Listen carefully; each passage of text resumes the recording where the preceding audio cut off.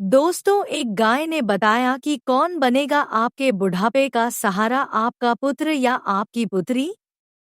लेकिन दोस्तों, इस कहानी को शुरू करने से पहले हमारे इस चैनल संपूर्ण व्रत कथा को सब्सक्राइब करें। तो दोस्तों, चलिए शुरू करते हैं। दोस्तों, एक गांव के बाहर एक छोटे से खेत में बूढ़ी गाय रहती थी, जिसे सभी लोग प्यार से बुद्धि गाय कहते थे। उसकी आंखों में अनुभव की चमक और वाणी में स्नेह का मिश्रण था। उसने अपने जीवन में कई उतार चढ़ाव देखे थे और हर परिस्थिति से उसने कोई न कोई सीख ली थी।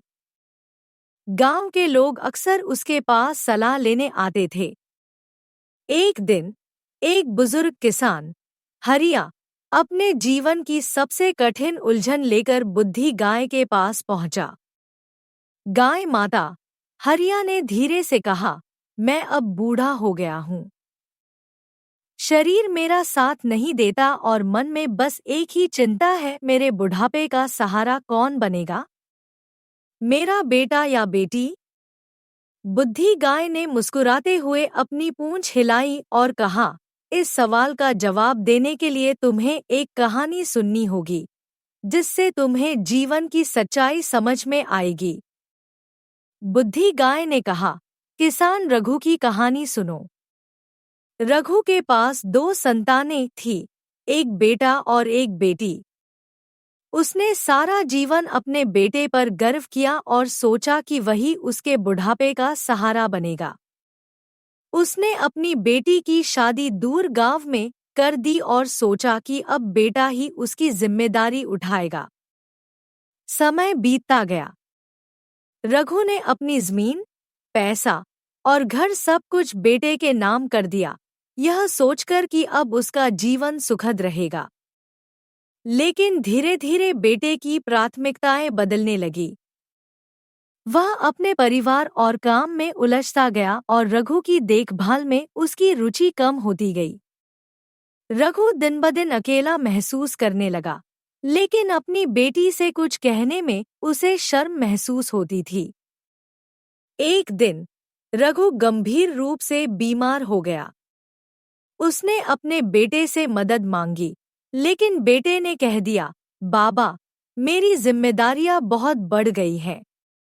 आप किसी तरह अपना इंतजाम कर लो। निराश रघु ने हारकर अपनी बेटी को खबर दी। बेटी बिना देर किए दौड़ी चली आई और अपने पिता को साथ ले जाकर उसकी देखभाल करने लगी। रघु ने तब जाना कि बेटी का प्रेम निस्वार्थ होता है। हरिया ने यह सुनकर सिर हिलाया और कहा, यह तो ठीक है गाय माता, लेकिन क्या सभी बेटे ऐसे होते हैं? बुद्धि गाय ने जवाब दिया, अब एक और कहानी सुनो मोहन की। मोहन ने भी अपने जीवन की सारी पूंजी अपने बेटे पर लगा दी थी, लेकिन उसका बेटा विपरीत स्वभाव का निकला। उसने अपने माता पिता की सेवा को जीवन का धर्म समझा। जब मोहन का शरीर कमजोर होने लगा, तब बेटे ने सब काम छोड़कर अपने पिता की सेवा की। मोहन की पत्नी ने कई बार बेटे को समझाया, तुम्हें अपने भविष्य पर ध्यान देना चाहिए।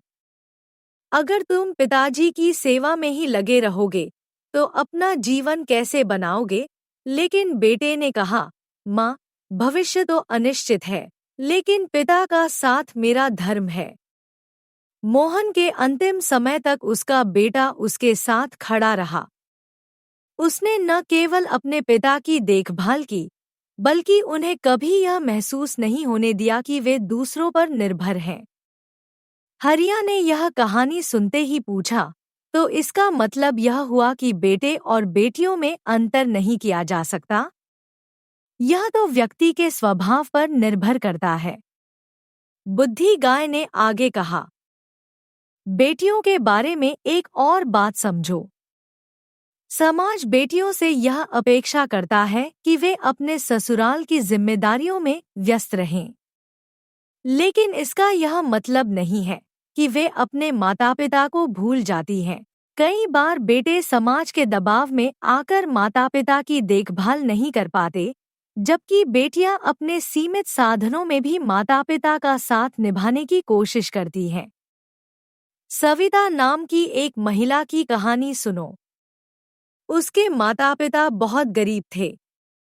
उसकी शादी एक संपन्न परिवार में कर दी गई, लेकिन सविता ने हमेशा अपने माता पिता की मदद की।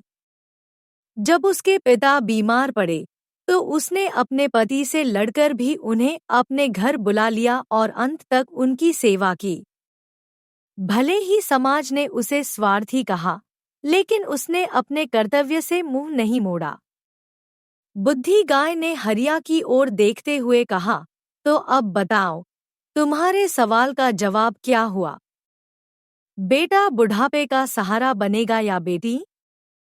हरिया ने सोचा और फिर कहा, माता, मैं समझ गया हूँ।